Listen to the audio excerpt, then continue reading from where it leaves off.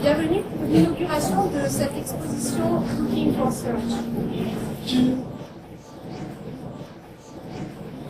Je voudrais tout d'abord remercier les personnes ayant déjà contribué et qui surtout continueront de le faire, puisque comme vous le savez, cette exposition est avant une proposition évolutive et collaborative. C'est ce qui en fait vraiment cette caractéristique.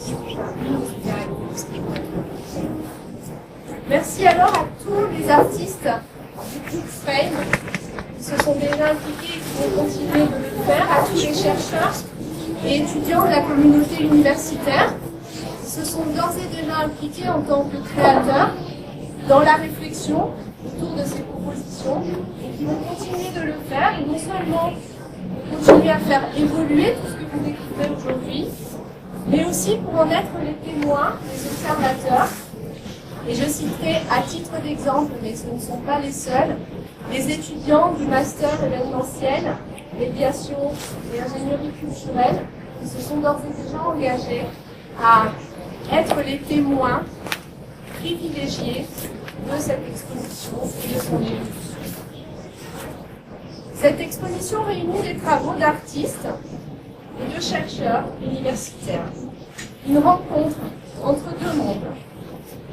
Vous découvrez aujourd'hui, ce soir, une rencontre, on en parlait à l'instant avec Florence, à qui je voulais aussi rendre hommage ce soir, ainsi qu'à Isabelle Gillot, que j'ai vue il y a 2 secondes mais qui a disparu, qui est là et qui peut nous rejoindre, puisque si aujourd'hui vous pouvez découvrir le fruit de ces premières propositions, c'est aussi grâce à Isabelle qui nous a fait rencontrer Florence. Et grâce à Isabelle, dont le dynamisme a permis que nous puissions aujourd'hui découvrir avec vous ces propositions. Merci beaucoup Isabelle, merci beaucoup Florence. Une expo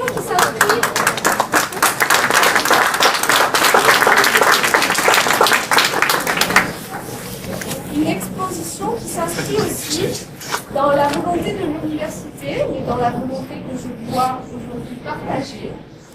Je m'en réjouis, de cultiver sa pluridisciplinarité, son ouverture, mais aussi de semer des graines d'innovation, un mot que l'on entend, qui est à la mode aujourd'hui, que l'on entend partout. Et un mot que je souhaiterais aujourd'hui lier à celui de création.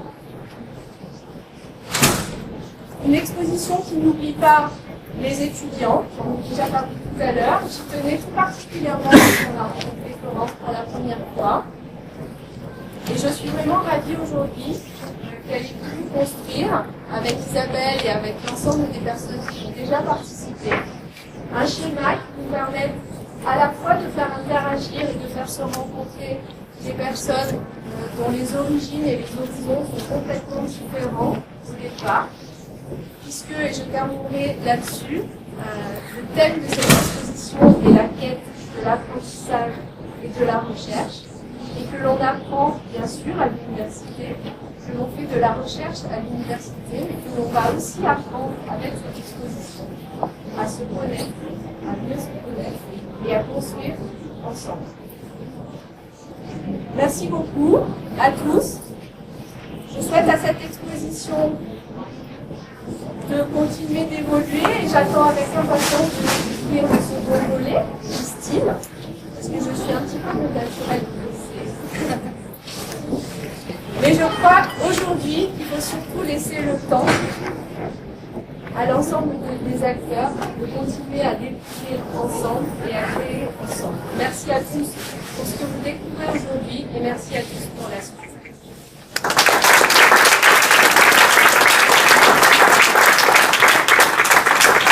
Merci d'avoir fait confiance sur ce projet qui est évolutif, process, donc ouvrir les prémices des collaborations entre les artistes et les chercheurs.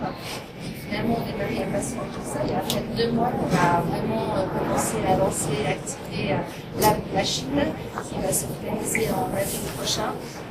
C'est plus de 6 mois de travail et c'est assez rare d'avoir ce temps-là Donc, dans une première partie, prospect, c'est la mise en place de ces collaborations entre 5 artistes et chercheurs en histoire de l'art. Donc, Stéphanie Normandie, Sandra Laurenti, Alice Demeure, plus importante des cités, Louise Lorette et Jérôme Fouvel, qui, donc, dans ce groupe de recherche FRAME, travaillent conjointement sur des thématiques qui leur sont individuelles, propres, et qu'ils rassemblent sur des mises en situation.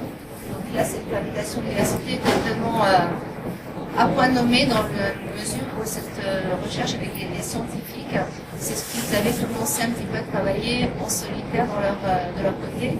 Et donc, ça leur a permis d'aller plus vite et d'avoir à leur disposition l'ensemble de la richesse des filières universitaires, des disciplines, et de s'adresser à des chercheurs qui remercient, parce que vraiment le retour à l'appel à projet a été assez fantastique. Donc, ils ont pu, comme ça, par acquaintance et conférences personnelles, s'associer avec un ou plusieurs chercheurs. Je ne citerai pas tous parce que je ne pas tous, mais Jean-Victor Prado et Jean-Baptiste Pisani, les Débras, Cédric Férold, tous, il y a ce Clarisse, Emmanuel Astrasi, qui sont tous dans des disciplines très différentes, scientifiques et humaines. Et donc, ce soir, on pose les bases de cette recherche. Ils ont des collaborations démarrées, ils ont beaucoup échangé, ils ont trouvé le point de convergence entre leur recherche plastique et leur discipline de recherche. Nous vous présenter ce soir donc les 5 modules pavillons, à partir desquels la recherche va pouvoir continuer à s'orienter, à se développer. Donc, une deuxième phase, février prochain, mais aussi des temps forts. On va travailler avec les étudiants du master et qui vont nous permettre de rentrer plus dans ces notions sur lesquelles ils travaillent et qui vont être des temps forts, des rendez-vous ponctuels qu'on proposera jusqu'à la fin de la l'université. Merci encore à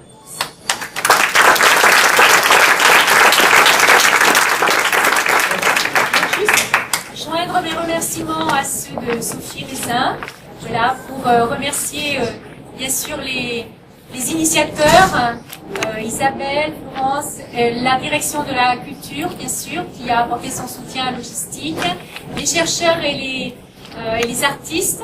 Et je voudrais dire que pour moi, c'est vraiment un très très grand plaisir, car cette exposition, enfin cette expérience, exposition évolutive, est quelque chose qui symbolise ce à quoi j'aspire profondément, c'est-à-dire au fait d'abattre des cloisons. Et il faut abattre les cloisons entre les différents mondes, entre le monde de la recherche et le monde de l'art, entre les chercheurs dans les laboratoires et les étudiants dans les formations. Et là, on en a un exemple vivant. Donc j'espère vraiment que ça va apporter beaucoup à chacun de ceux qui va participer à cette expérience.